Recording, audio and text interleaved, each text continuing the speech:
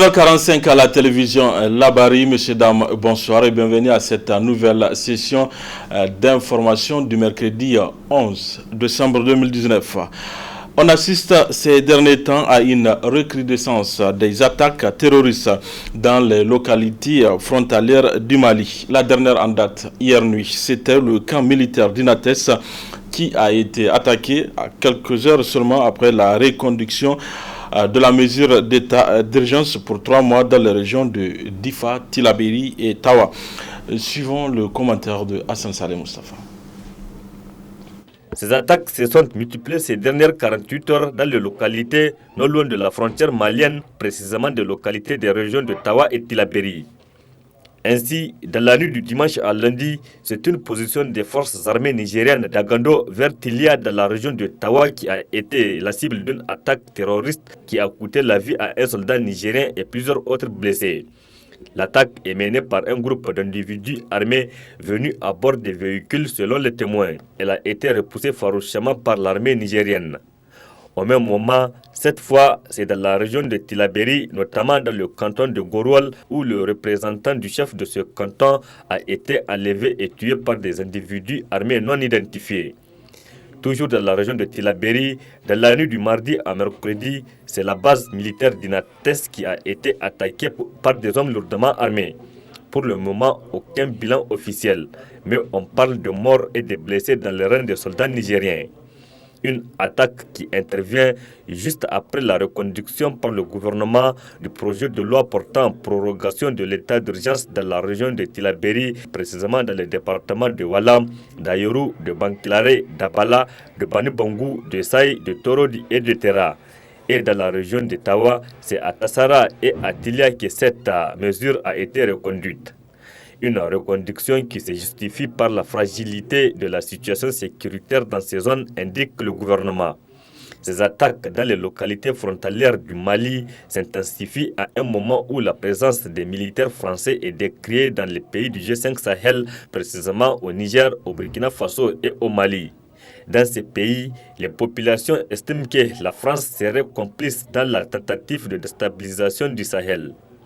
Une situation qui a amené le président français Emmanuel Macron de convoquer les dirigeants des pays du G5 Sahel, le Niger, le Burkina Faso, le Mali, le Tchad et la Mauritanie, de venir à Pau en France le 16 décembre prochain pour clarifier, dit-il, leur désir ou non de la présence des soldats français au Sahel. Ce qui a encore attisé du feu dans certains pays du G5 Sahel où les populations exigent de vive voix le départ des militaires français de leurs pays respectifs. C'est l'exemple au Niger où le mouvement tournant la page TLP a appelé à une manifestation pacifique ce dimanche 15 décembre 2019, la veille donc de la rencontre de Pau, à travers une action dite Dignité Sahel pour exiger du président français Emmanuel Macron le respect de la souveraineté des États et la dignité des peuples de l'espace G5 Sahel. Exiger le respect des règles du droit international ou de la courtoisie internationale dans celles relatives aux relations internationales, ou encore demander aux chefs d'État des pays du G5 Sahel de ne pas répondre à la convocation du président Emmanuel Macron à Pau. Notez que de cette attaque d'Inates, le bilan n'est toujours pas connu officiellement, mais on parle d'un bilan lourd, très lourd, du côté de nos FDS, une situation qui a fait écourter le séjour du président Issifou Mamadou en Égypte pour la conférence sur la paix durable, la sécurité et le développement en Afrique. Nous y reviendrons plus en détail dans nos prochaines éditions. Sécurité est toujours pour parler de cette invitation du président français Emmanuel Macron à l'endroit des 5 chefs d'État du G5 Sahel. Pour l'instant, le seul non partant est le président tchadien Idriss Déby. En attente de la réponse du président nigérien Issoufou Mamadou, la population, elle, se prononce. Il est très clair et la réponse doit être nette. S'il s'agit de la question de la présence des bases militaires françaises à l'Afrique, nous pensons véritablement que les responsables africains ont une responsabilité lourde. Et c'est celle de dire carrément que nous n'avons pas besoin de bases militaires au sein de nos États. Nous avons nos forces de l'ordre, nous avons nos forces de l'armée et nous pensons qu'ils sont capables à gérer et à défendre l'intégrité de nos différents pays. Et nous espérons que d'ailleurs l'existence de ces bases militaires étrangères, surtout françaises au Niger, n'est qu'une menace pour l'intégrité de notre pays. Puisque aujourd'hui, on doit se poser la question, où est-ce que d'ailleurs les assaillants sont en train de trouver des armes? La situation de l'insécurité dans nos territoires africains, je pense que c'est une situation vraiment que c'est nous les Africains, nous pouvons réunir à un seul lieu pour faire un échange entre nous, pour chercher des solutions en commun. Et nous n'avons pas besoin des Occidentaux, nous n'avons pas besoin de la présence de la France dans cette situation de l'insécurité ici en Afrique. Vraiment, ils l'ont qu'à répiser, ils ne devraient même pas répondre à cet appel-là. Ne pas répondre à l'invitation, parce que lorsqu'ils répondent à l'invitation, le fait de se déplacer, ça prouve encore notre aliénation face à la France. Mais je voudrais, par la même voie qu'il avait utilisée pour les déclarer s'ils sont véritablement d'accord des retraits des bases militaires en Afrique, de créer les conditions de signer pour faire une déclaration conjointe avec la base, avec les citoyens, autant pour moi, de dire un message, avec un message fort au président Emmanuel Macron, qu'ils sont prêts, plus que jamais déterminés, que les bases militaires puissent quitter. Parce que cela entache notre liberté, ça entache notre souveraineté. Les choses sont claires, nous connaissons effectivement les relations que la France entretient avec notre pays. Et en fait, les relations sont comprises à deux angles ou sous deux angles différents. En réalité, on nous fait croire que ce sont des relations diplomatiques souvent. On nous fait croire que la France a quelque chose à partager avec le Niger. On nous fait croire à beaucoup de temps et tant de choses. Mais en réalité, on a toujours dit que la France ne connaît pas d'amis. C'est une question d'intérêt. Nous ne pouvons pas, en aucun cas et en aucun cas d'ailleurs, nous nous assumons, nous sommes les jeunes. Nous comprenons désormais le jeu. La France n'a rien en tout cas à nous donner. C'est nous qui nous donnons à la France. Aujourd'hui, je m'assume dans mes mots. En réalité, notre avis est que c'est encore une manière de nous embêter. Nous sommes lecteurs de l'école de Francfort. Tout a été inventé dans ce système démocratique pour encore endormir nos consciences. Le président Issoufou n'a qu'à prendre ses responsabilités. On n'est pas chef pour être tout simplement appelé chef. Un chef doit être capable de prendre des grandes décisions. Une manière de dire qu'il doit, quoi qu'il arrive, être responsable devant sa responsabilité de président. Voilà ce que je voudrais dire. Et quoi qu'il adviendra, il ne faut pas qu'il oublie qu'il y a un peuple qui a eu confiance en lui et qu'il a élu selon le suffrage universel démocratique. Voilà, donc notre avis est que, quoi qu'il en soit, qu'il ne prend pas jamais en compte les considérations que nous connaissons déjà. Il faut qu'il accepte d'être président et d'assumer ses responsabilités. Le peuple attend de lui d'être un grand homme. Et un grand homme, par définition, c'est celui-là qui est à mesure de prendre des décisions, même si ça va lui coûter sa vie. Changeons à présent de registre. Les responsables des radios, télévisions et journaux privés du Niger ont rendu public ce matin une déclaration objective à dénoncer la manière dont le fonds d'aide à la presse 2018 a été réparti aux organes de presse privés. Le résumé, c'est avec Nafissa Touzakou sur les images de Sadou Doumi. Cette déclaration des responsables des radios, télévisions et journaux privés du Niger fait suite à l'octroi du fonds d'aide à la presse au titre de l'année 2018. Selon ces responsables, cette répartition d'ici décembre dernier par le président du Conseil supérieur de la communication est triée sur la base de critères douteux. Sur 9 dossiers déposés au titre des télévisions, 4 ont été déclarés éligibles. Du côté des radios privées, seuls 4 ont bénéficié du fonds d'aide. S'agissant des journaux, ils sont au total 16 à avoir déposé leur dossier, mais seuls 3 titres ont bénéficié de la subvention de l'État. L'immense majorité des médias soumissionnaires se sont vus écartés de la répartition du fonds d'aide de la manière la plus unique qui soit. Une chose est sûre, le CSC n'a pas procédé à l'octroi du fonds d'aide conformément aux dispositions de la loi, mais a gratifié des organes qu'il a délibérément choisis dans des conditions contestables et contestées. Le CSC et son président, qui fait preuve d'outrecuidance depuis son parachutage dans cette institution, ont fait fi de toute logique, s'abritant derrière les critères irréalistes et incongrus, comme le fait d'exiger aux organes de la presse audiovisuelle l'emploi de 20 journalistes professionnels détenteurs de la carte de presse. Le CSC et son président savent plus que quiconque qu'aucun média privé n'emploie de manière formelle 20 journalistes professionnels. Quant à la carte de presse subitement devenue une condition d'attribution du fonds d'aide à la presse, il faut dire qu'il n'y a aucun test en la matière qui oblige les professionnels de la presse à se la procurer. Selon toujours les responsables des médias privés, l'organe de régulation a réussi à faire changer les dispositions relatives à l'utilisation du fonds d'aide à la presse en l'absence d'aucune consultation, se donnant désormais la latitude de prélever jusqu'à 35% du montant pour organiser des formations sans au préalable déterminer les besoins et le nombre de journalistes à former. Face à une telle situation, les responsables des radios, télévisions et journaux privés du Niger dénonçons et rejetons la répartition du fonds d'aide à la presse 2018 à l'issue duquel l'immense majorité des médias a été écartée de manière inique. Dénonçons le traversement de l'esprit du fonds d'aide à la presse par une bande d'affairistes et de politiciens tapis dans l'ombre de l'institution de régulation. Exigeons la reprise sans condition de la répartition de l'enveloppe destinée à toute la presse au titre de l'année 2018 sur la base de critères justes et équitables tels que prévus par les tests en vigueur.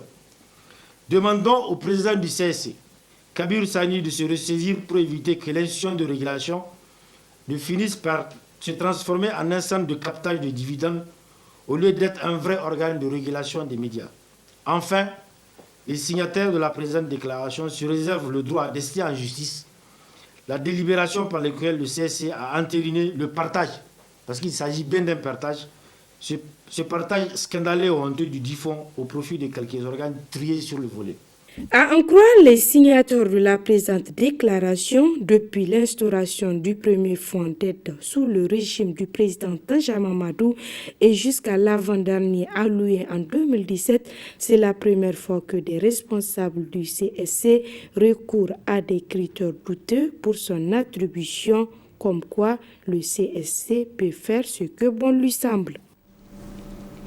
Les candidats admis au concours de recrutement des spécialistes en douane demandent aux autorités de confirmer leur admission. Une déclaration en réponse à la sortie récente du syndicat des agents de douane qui exige son annulation.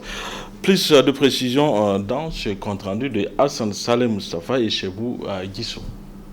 Ils ont saisi la Halcia qui n'a relevé aucun cas de corruption. À travers cette sortie médiatique, les admissibles au concours direct de recrutement des spécialistes des cadres de douane du 22 et 23 février 2019 répondent au syndicat national des agents de douane SNAD qui a, lors d'un point de presse, demandé aux autorités d'annuler le dut concours pour raison d'irrégularité constatée dans le processus.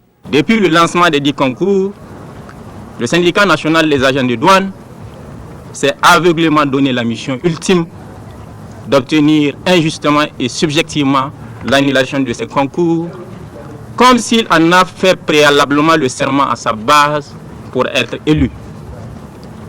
Dans l'exécution de ce schéma mesquin, le syndicat national des agents de douane a dans un premier temps attaqué les arrêtés d'ouverture de ces concours par devant le Conseil d'État. C'est par décision numéro 40-18 en date du 4 décembre 2018 que le Conseil les a expressément déboutés. Le Conseil, par la dite ordonnance, a affirmé clairement, dans un attendu d'une limpidité et d'une pertinence qui force l'admiration, que, je cite, les candidats potentiels ne sont pas des agents appartenant au cadre des douanes. Eu égard à son objet et à son statut, le SNAD ne justifie pas en l'espèce d'un intérêt pour demander l'annulation des arrêtés portant ouverture d'un concours direct ouvert aux candidats qui ne sont pas des agents du cadre des douanes. Que dès lors, la requête du syndicat national des agents de douane doit être déclarée irrecevable. Ces admis au concours de douane demandent aussi aux autorités de déclarer admis définitivement tous les admissibles. Selon eux, la Halcia dont le SNAD a cité dans son point de presse n'a pas demandé l'annulation du concours. Se trouvant ainsi dans l'impossibilité de digérer leur échec et celui de leurs ayants droit.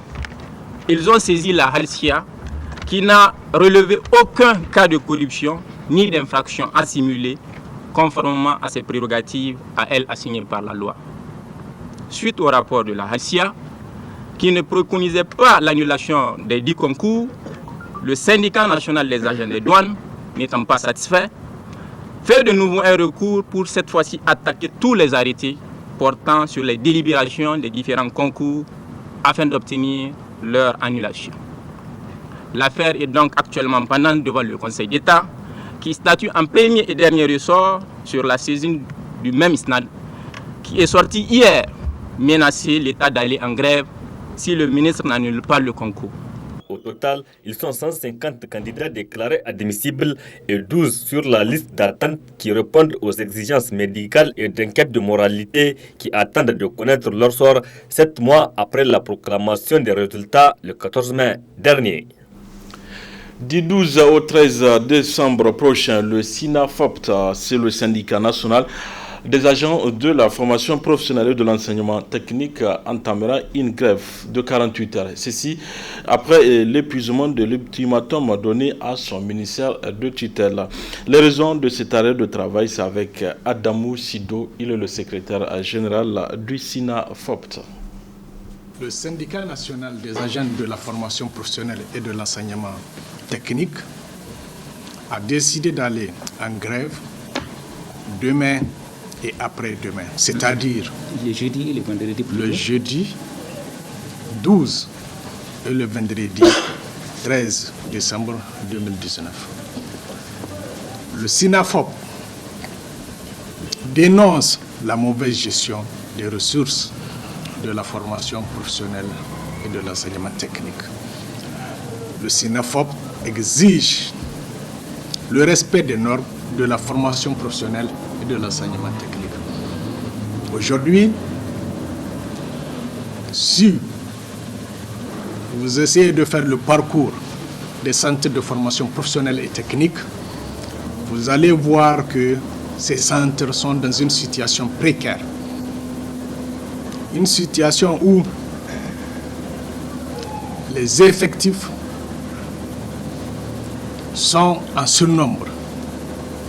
Nous avons le pléthore des effectifs.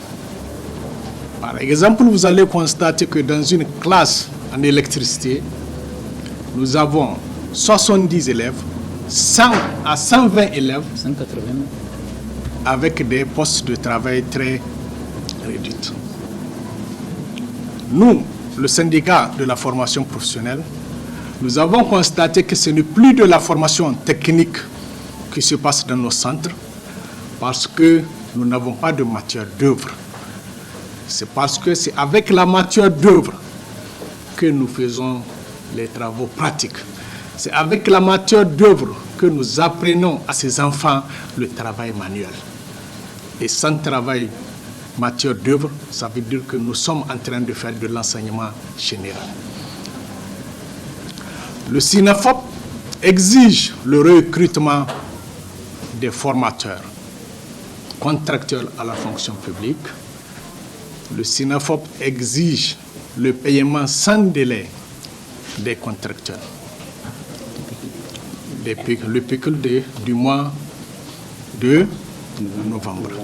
Nous avons signé un protocole d'accord en date du 5 février avec le ministère. Le 5 février 2018, c'est 2019, bon, à peu près un an, avec le ministère. Ce protocole compte plus de 13 points. Parmi ces 13 points, nous n'avons eu satisfaction d'aucun point. Le SINAFOP exige le respect du partenariat entre le ministère et le SINAFOP. Ouverture ce matin à l'hôtel Radisson Blu de la 5e réunion du bureau de l'association des acteurs du secteur des transports dans les pays sans littoral de l'Afrique de l'Ouest et du Centre. Sont présents à cette réunion des experts du Niger, du Burkina Faso, du Tchad et du Mali. Ali Sissé Ibrahim Abdou.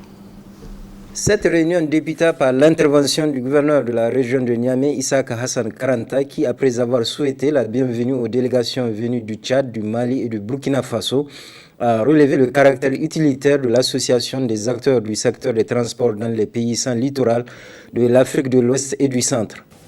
L'avènement de l'association des acteurs du secteur des transports dans les pays sans littoral de l'Afrique de l'Ouest et du Centre, dont la mission cardinale est de veiller à la facilitation des transports de transit en direction des pays de l'Interland, est salutaire et mérite une attention soutenue des autorités compétentes.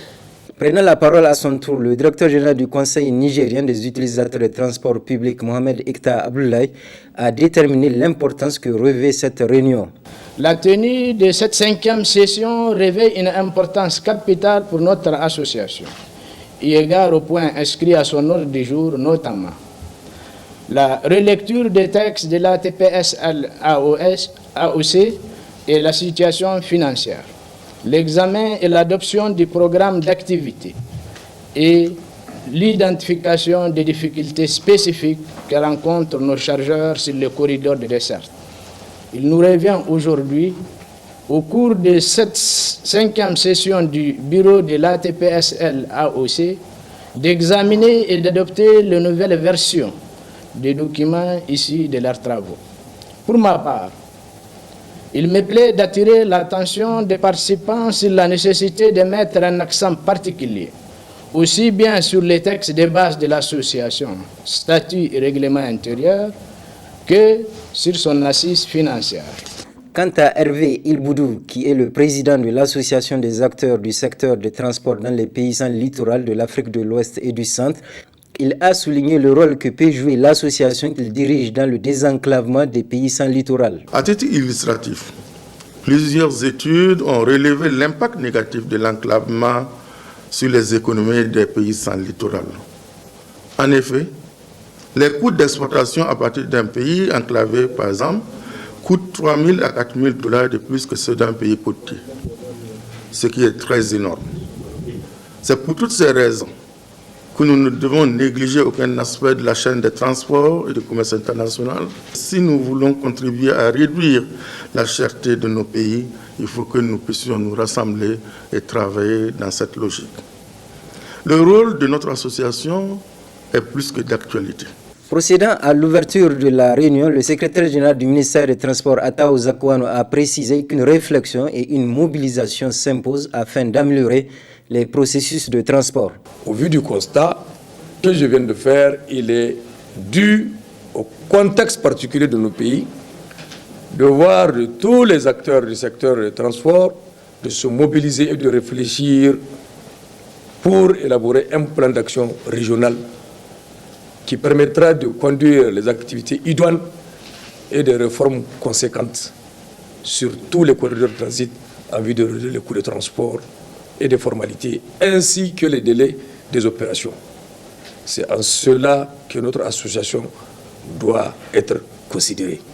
Enfin, le secrétaire général du ministère des Transports a adressé ses remerciements à l'endroit des initiateurs et organisateurs de cette rencontre qui est une manifestation d'une synergie d'action en vue de résoudre les difficultés propres aux pays sans littoral.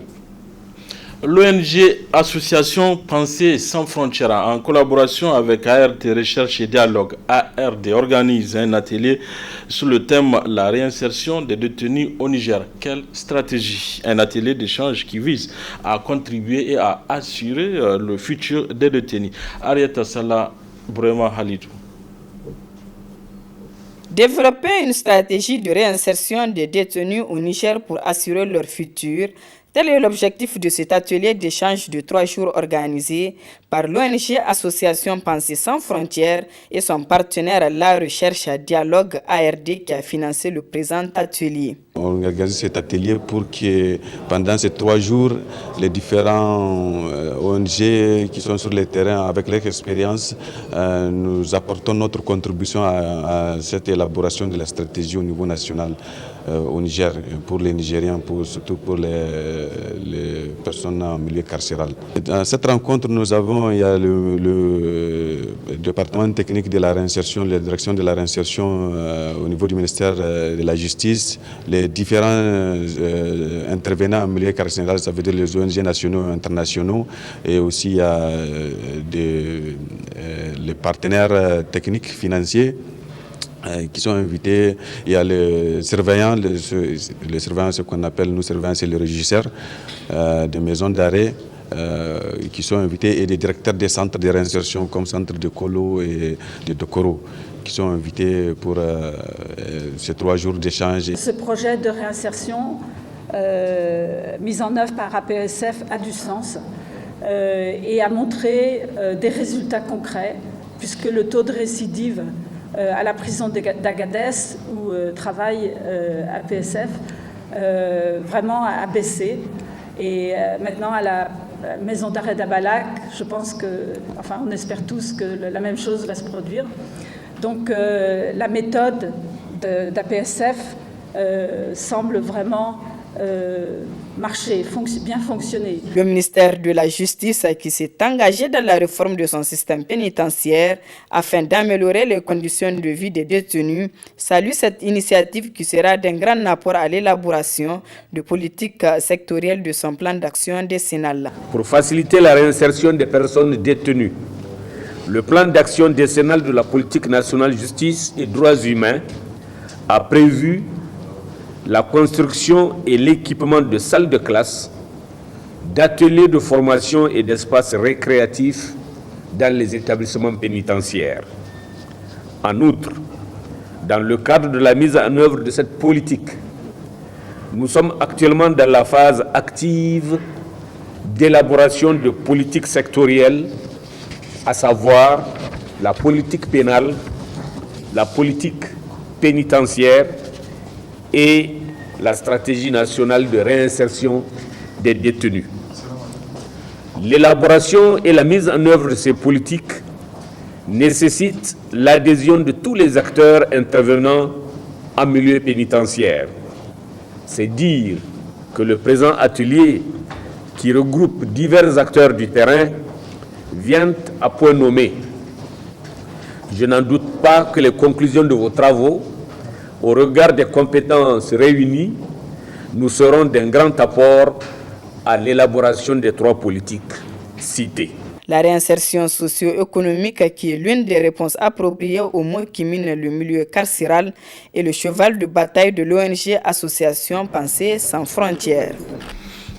Je vous rappelle, comme chaque mercredi, vous pourrez suivre en fin de cette édition votre chronique judiciaire. Aujourd'hui, Maître Souleymane Seydou va vous éclairer sur le terme mariage putatif. Rendez-vous donc en fin de cette édition.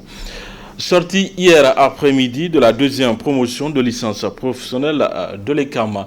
Ils sont 40 étudiants de la promotion à Mamoudou Mokhtar, du nom du président de la délégation spéciale de Niamey, à recevoir leur sésame au siège du SNAD. Le résumé de cette cérémonie, c'est avec Adam Soumana et Ibrahim Abdou.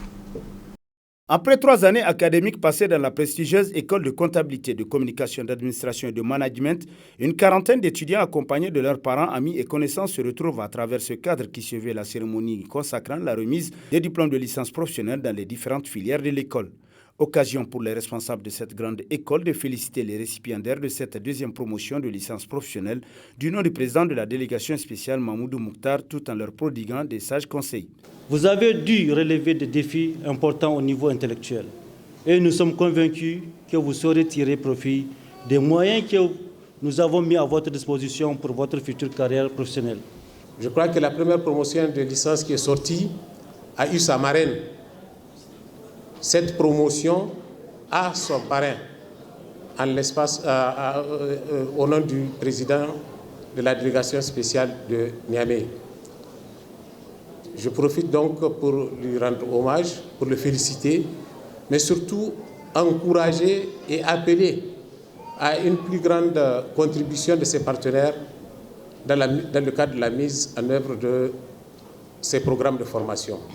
Prenant la parole à leur tour, le premier responsable de la ville, parrain de cette promotion et le ministre de l'Enseignement supérieur ont tous pris l'engagement ferme d'accompagner les 40 récipiendaires de cette promotion. Mes chers amis, je tiens sincèrement à vous remercier de l'honneur que vous faites à ma modeste personne. Très sincèrement, merci.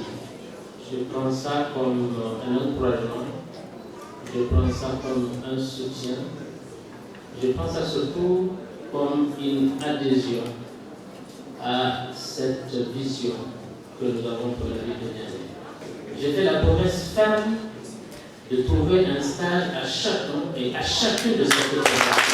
Le responsable de l'école vous donnera la liste et ceux qui sont disponibles et intéressés peuvent commencer leur stage de la semaine prochaine.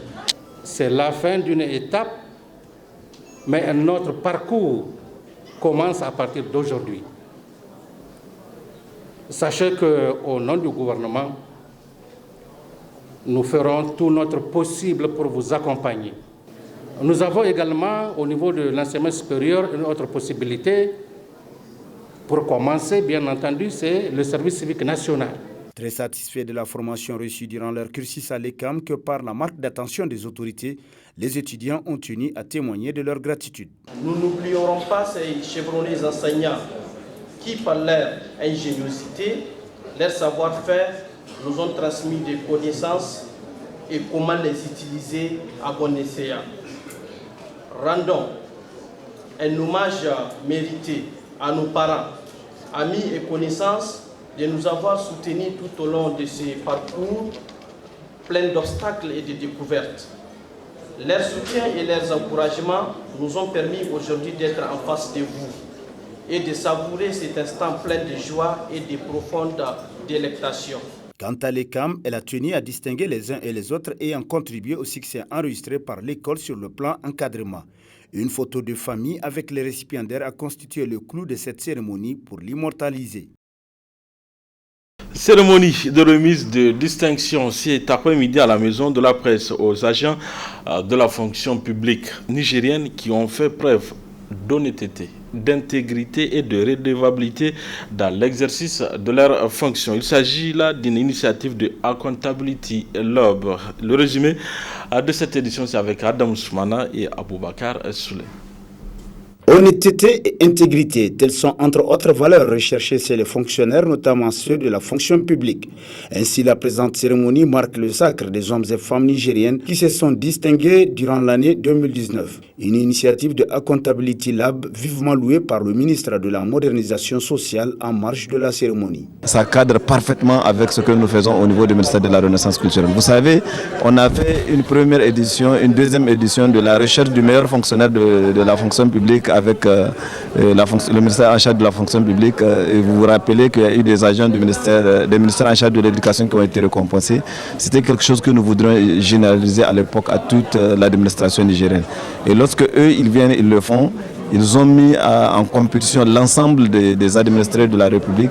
Et c'est ça qui a permis aujourd'hui qu'on soit là avec satisfaction en train d'observer que leur initiative a abouti, où on a pu avoir des représentants des travailleurs qui malheureusement, dans certains cas, sont considérés au même pied d'égalité, alors qu'il y a certains qui font des efforts. Quant à l'initiateur de cette compétition de grande envergure, il n'a pas manqué de souligner l'objectif à elle assigné. C'est de permettre de lancer une conversation constructive autour de l'intégrité, de la redevabilité et de la bonne gouvernance au Niger. C'est de permettre aux Nigériens aussi de s'interroger sur leur rôle et responsabilité en tant que citoyen et comment le citoyen, en tant que citoyen d'un pays, peut contribuer à la lutte contre la corruption et promouvoir aussi les valeurs d'intégrité et de redevabilité dans sa communauté ou au niveau national. Un des récipiendaires s'est réjoui de l'initiative tout en lançant un appel aux autres fonctionnaires. À travers ma modeste personne là qui a pu quand même recevoir ce trophée, c'est tous les enseignants qui sont honorés. Et je les demande et quand même je lance un appel à leur niveau pour qu'ils puissent quand même prendre en soin l'avenir du pays, parce que l'avenir du pays dépend quand même d'eux, car ils ont en face d'eux des enfants, nos enfants, les élèves qu'ils doivent quand même éduqués, formés, et c'est à travers quand même leur formation. Et c'est vrai que la formation de ces élèves-là, sur le plan moral, et à les inculquer certaines valeurs morales, surtout l'ordre, le respect de l'ordre et de la hiérarchie sociale. C'est avec une photo de famille de l'ensemble des lauréats que prend fin cette cérémonie qui exhortera sans nul doute les autres fonctionnaires à donner le meilleur d'eux-mêmes pour une fonction publique performante. La ville de Maradi a abrité le 7 décembre dernier la sensibilisation dénommée e-campagne sur l'initiative de l'association des blogueurs pour une citoyenneté active. Cette deuxième campagne a porté sur le mariage précoce et ses conséquences. Le point avec Adam Soumana. Maradi, capitale économique du Niger, se trouve être également la ville championne du monde des naissances avec un taux de fécondité de 7,6 enfants par femme. Le mariage précoce est l'une des causes de cette fécondité, d'où le choix judiciaire du thème mariage précoce et ses conséquences pour la présente conférence débat à l'actif de l'association des blogueurs pour une citoyenneté active. L'objectif principal de cette campagne conférence débat est tout d'abord d'échanger et d'édifier les participants sur les conséquences du mariage précoce. Nous rappelons que le Niger est le pays qui a le taux le plus élevé de mariage forcé et précoce au monde. En effet, un quart de filles sont mariées avant l'âge de 15 ans, 3 quarts avant l'âge de 18 ans. Cette situation cause autant de problèmes de santé publique que de développement, d'où l'importance de porter des réflexions sur les conséquences du mariage précoce. Il faut noter que le mariage des enfants est une violation de leurs droits humains. Il compromet le droit des filles à la santé, à l'éducation et la prive du droit de choisir avec qui elles veulent se marier. Quant aux conférenciers au nombre de 2, ils ont entretenu l'assistance sur l'ampleur de ce phénomène dans la région du Katsina et du Gobir ainsi que ses conséquences. En conséquence, les mariages précoces là entraînent souvent des abus et des violences. Tout simplement parce que dans la majorité des cas, on pense que cette jeune fille de 13, 14 ans ou de 12 ans, est-ce qu'elle a son mot à dire par rapport à une relation sexuelle consentante ou non? Elle n'a pas son mot à dire même pour la procréation. Ce qui fait qu'il y aura des risques liés à cette grossesse, aux grossesses qui vont suivre. C'est avec tout son corollaire de problème et de bobo, dont la fistule obstétricale. Plus de la moitié des cas de fistule obstétricale de 2011 à 2018 prises en charge dans le Niger provient de la région de Maradi. Voyez-vous, ce n'est pas fortuit. C'est à cause de ce fort taux de mariage précoce que nous avons. Il y a des petites qui ont été opérées 11, 14, 15, 17 fois avant de trouver la santé. D'autres ne la trouveront jamais. Et elle sera bannie de la même société qui lui a imposé ce fardeau. Toujours dans ses conséquences par rapport à la santé, nous avons le risque du VIH. Tous les départements vraiment de Maradi sont concernés par le phénomène. Donc il faut que nous agissions toujours par rapport aussi à cette situation. J'avais dit qu'il y avait vraiment selon le milieu, regardez le milieu rural, 60,5%. Vous savez, en milieu rural, qu'est-ce qui se passe? La scolarisation n'est pas la même chose, n'est-ce pas? Au moins 37,2% ont été à l'école. Est-ce que vous pensez que les 37,2% vont continuer à fréquenter l'école? Est-ce qu'ils sont mariés? C'est pour vraiment attirer votre attention. On a eu pas mal de statistiques qui ont montré, puisqu'il regarde le nombre de temps qu'on doit faire, et il y a plus de la moitié d'enfants qui sont des filles qui sont mariées, qui n'ont pas le soutien de leur mari. L'importance du sujet abordé a suscité un débat riche et intense avec l'assistance qui pour apporter des contributions, qui pour demander des éclaircissements, toute chose à laquelle les organisateurs de cette rencontre n'ont pas failli.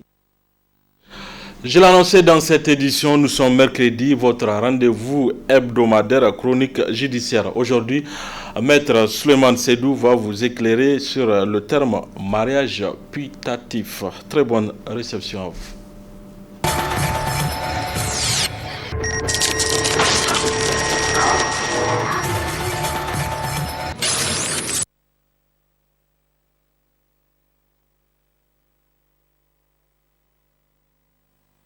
Le mariage putatif s'agit là d'une notion qui est propre au droit de la famille. Lorsque vous décidez de contracter mariage, vous devez vous assurer du respect des conditions de fond et de forme pour la validité de ce mariage. Alors lorsque le mariage remplit les conditions de fond et de forme, ça ne cause évidemment aucun problème.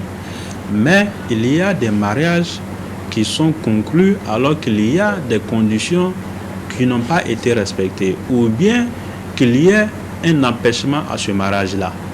Et donc lorsque il y a des conditions de fond ou de forme qui ne sont pas respectées, le mariage peut être annulé. Lorsqu'on annule le mariage, ça prive ce mariage de ses effets passés comme à venir.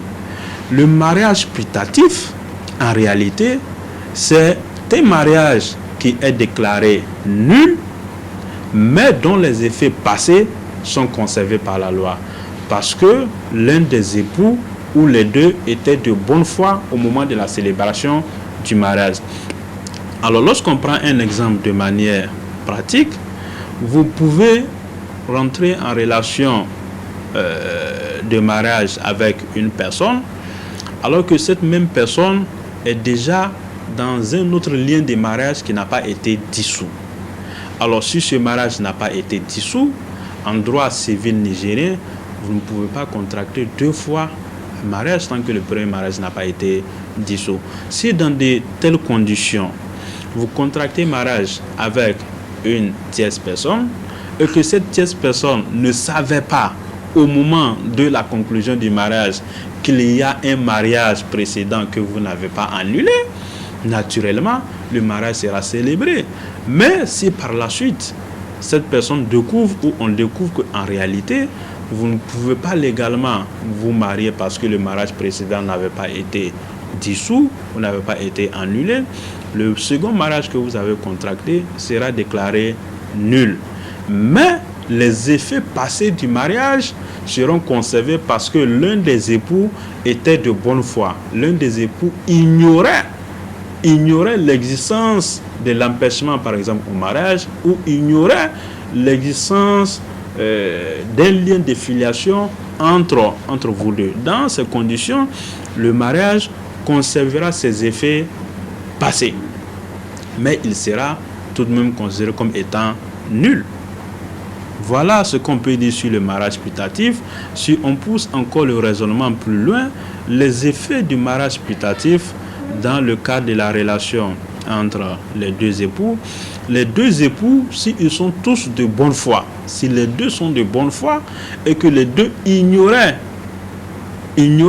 qu'ils ne pouvaient pas contracter mariage, en ce moment-là, les deux peuvent se prévaloir des effets passés de ce mariage-là. Alors si c'est un seul des époux qui était de bonne foi, c'est seulement cet époux qui peut se prévaloir des effets passés de ce mariage. Et donc l'autre époux qui était de mauvaise foi, lui, il ne peut pas se prévaloir des effets passés du mariage. Et c'est également pareil en ce qui concerne les enfants. Les effets du mariage putatif sont également applicables aux enfants dans le cadre, par exemple, de la succession et autres. Et donc, puisque l'un des époux avait été trompé ou l'un des époux était de bonne foi, les enfants peuvent également bénéficier des effets de ce mariage putatif. Alors, lorsque vous prenez notre Code civil nigérien, la question du mariage putatif est réglée par les articles 201 et 202 du Code civil. Donc l'article 201 du Code civil dispose que le mariage qui a été déclaré nul produit néanmoins les effets civils tant à l'égard des époux qu'à l'égard des enfants lorsqu'il a été contracté de bonne foi. Vous voyez, la notion de bonne foi revient également dans le cadre de la définition qui a été donnée par l'article 201 du Code civil.